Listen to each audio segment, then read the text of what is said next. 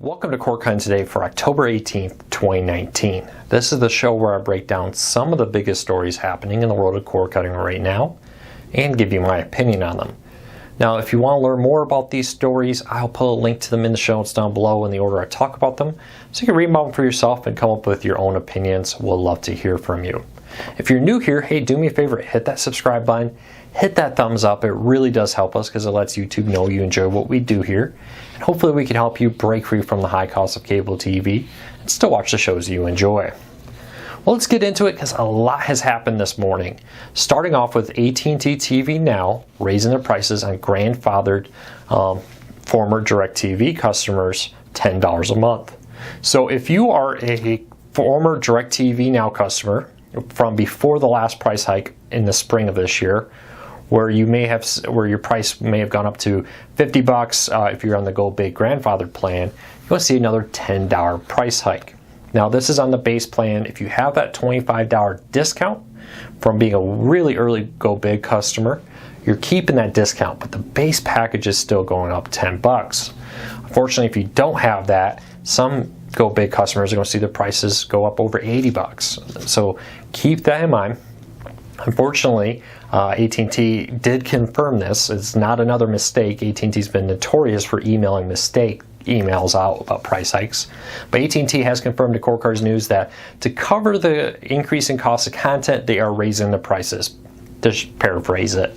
If you want to read the full statement from them, we have it in the show notes down below in the post. Now, this is not eliminating the Go Big discount. That $25 discount is still there.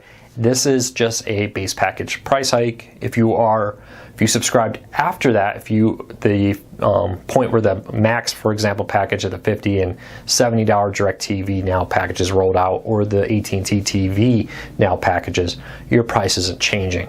This is about the grandfather customers who were subscribed before the last price hike that we broke the news on back in March came in effect. At that time, they grandfathered in a bunch of old packages at much higher rates and rolled out 2 new ones. If you were a current subscriber, you saw a low price hike, but you got to keep a substantial discount compared to what you would be paying if you signed up as a new customer. Those grandfather people, the people who were subscribed before the last price hike, who got grandfathered into like the Go Big package, the Live a Little package, and more, they are the ones seeing this $10 price hike. Not everybody got emailed. AT&T has to give you 30-day notice. So for example, if your bill date's early next month, you probably won't get the email until after your next bill date. So it seems that November 20th is when this price hike is rolling out. The next billing cycle for you after November 20th will be the one with the price hike on it. So keep that in mind. Now you're upset and you're like, hey, I want to switch services. There's a lot to pick from. And in our story there, we have a link to our full breakdown of 8 great live TV streaming services so you can compare and see which ones work for you. But unfortunately, this is happening. Another AT&T TV Now price hike. And honestly, it does make you wonder how serious they are about AT&T TV Now. Marketing is pretty much non-existent for it. For instance, go to AT&T TV or AT&T.com/TV. You see Uverse, DirecTV, and the new AT&T TV service promoted. AT&T TV Now is not very heavily promoted there. It's very hidden. So I wonder, are you a grandfather customer though? Are you impacted by this price hike? Will you be going to switch services, or is this still the best deal for you? I've heard from both. I've heard people say, hey, with HBO included and this and the channels I get, I can deal with that $10 price hike. Other people have said they're jumping ship, so leave me a comment, let me know what you plan to do now that there's this new price hike. And speaking of AT&T, real quick, AT&T TV Now's Android TV streaming player, the Osprey box, which started beta testing over a year ago, is coming out beta. So AT&T contacted the beta testers. This is that DirecTV-like box. It's required with the new AT&T TV service, but also works with AT&T TV Now if you have one or if you buy one. This is coming out beta. They're shutting down the beta. No more feedback from beta testers. If you had a free Osprey Android TV box, you get to keep it for free and continue to use it if you want. Unfortunately, no more free ones, no more beta testing. Now, if you sign up for AT&T TV, which is their direct version of DirecTV that's streaming, requires a 2-year contract, limited markets right now, not very competitive pricing if you ask me, but you get a free AT&T TV, Android TV box, and right now that continues to be 1 free. You're required to have at least 1 device, and from there you can use other devices, or you can buy another Osprey box. And it'll be interesting to see if, now that this is coming out of beta, if they go and start rolling out a fee for that box, maybe an upfront charge or a monthly fee. We'll have to wait and see. It is also interesting to see that AT&T TV started rolling out about 2 months ago now, but no new markets have come in 2 months. AT&T says they hope to have that service nationwide by the end of this year. And at this rate, they're going to have to start doing that pretty soon, because about 2.5 months left to make this all happen, a little less than that. And they're only in a handful, I think 10 markets right now. That's a very small fraction in the United States. So I would keep a close eye on this. This coming out beta may signal that they're getting ready for an AT&T TV push. I'll let you know what we learn when we learn it. And let me know, anybody here have the AT&T TV? Not AT&T TV now, AT&T TV. Leave us a comment. Let us know how the service works for you. All right, good news for NBA fans, kind of. NBA TV is now available as a standalone streaming service for as little as $5 a month if you prepay. So NBA's had an NBA League Pass for a while, where you can subscribe to watch out-of-market games and television. Unfortunately, the content for NBA TV was not included, along with other national games like TNT and ESPN games, etc., weren't included in that. Now, if you pay an additional price, $7 month to month, or $5 if you prepay for a full year, you can get NBA TV streaming. Now, it is available just as NBA TV if you want that. Maybe your live TV streaming service doesn't have NBA TV. You can add it now very cheaply, which is a pretty good deal.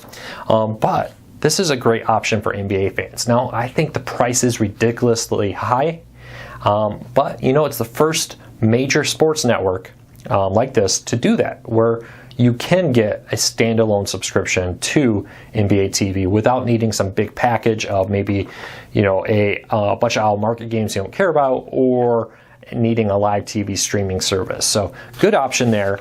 Honestly, it may, though, if you're an NBA fan, just be a better deal to go get a streaming service that includes it, that also has like ESPN and TNT and more in it, so you get all the national games, because the national games do not air on NBA League Pass.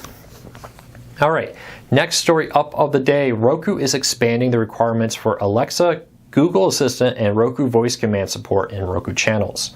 So Roku has started to inform developers yesterday that if their channel has an accumulated amount of hours, they're going to be required to support Roku's voice command system, which allows things like Alexa, Google Assistant, and Roku's own remote to do things like tell to play, pause, and more with your voice.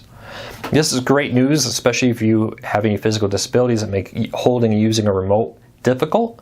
Now you'll have more ability to use your voice to control Roku and more Roku channels, which is the Roku name for apps.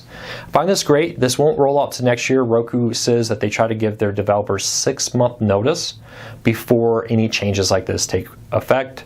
Give them time to, you know, build it into their Roku channel, give them time to beta test it, bug fixes, and more. But next year, Roku is expanding the requirement for more Roku channels to support voice commands. So good news there. Let me know, do you use Alexa, Google Assistant, or more to control your Roku through your voice? Let me know how that works for you. All right, count them two. We heard rumors there would be two. 2 new Nvidia Shields briefly went live for sale yesterday, including a Nvidia Shield stick/dongle type, a very small 6-inch Nvidia Shield. That will reportedly be a slightly cheaper version. We'll wait and see on the pricing, because there was different pricing at different spots online for this before they were all yanked offline. But yes, 2 brand new Nvidia Shields with a new improved remote and a faster processor. Here's a quick rundown of the Nvidia Shield Pro. 3 gigs of RAM, 16 gigabytes of internal storage, a new Tegra X1 processor, 2 USB 3.0 ports, Dolby Vision 4K HDR, and Dolby Atmos sound. And the slightly smaller version has a little bit less storage and a little bit smaller. One second. A little bit smaller in processor and that kind of stuff in it, as you would expect from a stick, but it does maintain a micro SD card. It does have an HDMI port out on it and more. The remote has also been updated with a Find My Remote feature where you press a button on your Nvidia Shield and it makes the remote chirp and ring so you can find it, which is a really nice feature I get a lot of use out of on the Roku Ultra. And it's a brand new form factor and shape, so it'll be very interesting to see how it works and how it competes with other devices. This is great news for Android TV fans because Android TV hasn't had a lot of good high-end players recently come out that haven't been TVs. So it's really great to see a high-end device that's not like a Air TV or a AT&T Osprey box, which are more meant to be tied to their service. So I'm very excited about this. You know, we've seen lower-end Android TV devices hit the market recently. Now, though, we're getting a high-end Android TV device. So hopefully we'll know more. Now, no release date has been reported. The online listings said the end of this month, next month, depending where you looked. I had some questions about how complete they were. It looked like an early draft for some of these listings went live. For example, under the operating system for the device, not for like apps or anything. It said it was running both iOS and Android, which probably tells me that this was an early beta or early draft of it that they were getting ready to go live. Because my assumption here is they meant that the Android, there will be an Android app and an iOS app, not that the Nvidia Shield will be also running iOS and Android. So we'll wait and see. We'll have to keep our eyes on this. We'll be reporting any news we find out about the Nvidia Shield as we find it out. Thank you to the readers who emailed the tips that they saw that listed on Amazon, Newegg, and other places. Unfortunately, though, all those sales have been canceled, and from my reports, and the listings are gone. All right, speaking of sales on Amazon, the Tablo DVRs, after being gone for a week, are once again for sale on Amazon, following Amazon's removal of them for facilitating copyright infringement. So, about a week ago, Tablo DVRs, which is a great over-the-air DVR for cord cutters, was removed from Amazon. Now they're back. Great news. I talked to Tablo this morning. They said that the 4-tuner version is available, and they're working to get the the quad is available, the 4-tuner. They're working on getting the dual light back on the stores, hopefully soon on Amazon. But great news if you are an Amazon customer, you wanted to buy the Tablo DVR, it's now once again available for sale. And according to the early statement from Tablo, they believe what happened is they were misidentified as a streaming player, not as a DVR. And because of that, not all the ducks were in a row, as people like to say. Not all the paperwork was right, and that caused the automatic removal of it from the Amazon store. Amazon has not commented on our request for comment about what happened and what the plans are to get it back in the store. But good news, it's back after about a week of being off Amazon. All right, hey, if you use an antenna to cut the cord and watch free TV, and if you don't, you may want to look into it one more time to see if it is a good fit for you. I highly recommend it. But some over-the-air TV channels are moving today. Yes, so last month we had a massive move of a bunch of channels. Some more channels are going to move. And all you need to do as a cord cutter is rescan your TV to re-pick up those channels. So if you woke up this morning and your local TV station was suddenly gone, just go in there, hit rescan, and it will help you. If you need help with that, the FCC actually has a help phone number to help you rescan your TV. That phone number is in the post about this in the show notes down below. Why is this happening? Many, many years ago, under other administrations, the FCC opened up auction process to sell off some bandwidth in a particular spectrum that could be used for things like 5G internet. T-Mobile and others bought up a ton of this bandwidth, but they can't use it until the TV stations move. So the TV stations had the option to sell their bandwidth, and many of them made millions off of the sale of the bandwidth. So now that that bandwidth sale is done, they're moving. And I think over the next year, they'll complete the process. All these stations will be moving, but this fall is a big chunk of them moving. So keep that in mind. If suddenly you wake up one morning, your stations are gone, rescanning should immediately re-add them, and that is because they're coming from the same transmitting tower. They're just switching the virtual channel number there. So rescanning it will re-add them. Problem solved. If you need help with that, make sure you join our cord cutting tech support group. Link in that story down below. But also call the FCC number. The FCC is offering free tech support with the change there. So that is the stories up of the day. Hey, I know it's the weekend. I know a lot of people enjoy the weekend, don't see our weekend videos. So I hope you have a fantastic weekend. We will be back here tomorrow with more cord cutting today, where we look back at the past week. And we'll be breaking all the news over at cordcardsnews.com that happens this weekend. If you are a regular here, make sure to ring that notification and set that notification to all so you don't miss any of our videos, like our weekly podcast, Q&As, unboxing videos, reviews, tips, tricks, and more. So check that out and visit us over at cordcardsnews.com. I hope everybody has a fantastic day. Thank you so much for your support. I really do appreciate it. I'll see you tomorrow.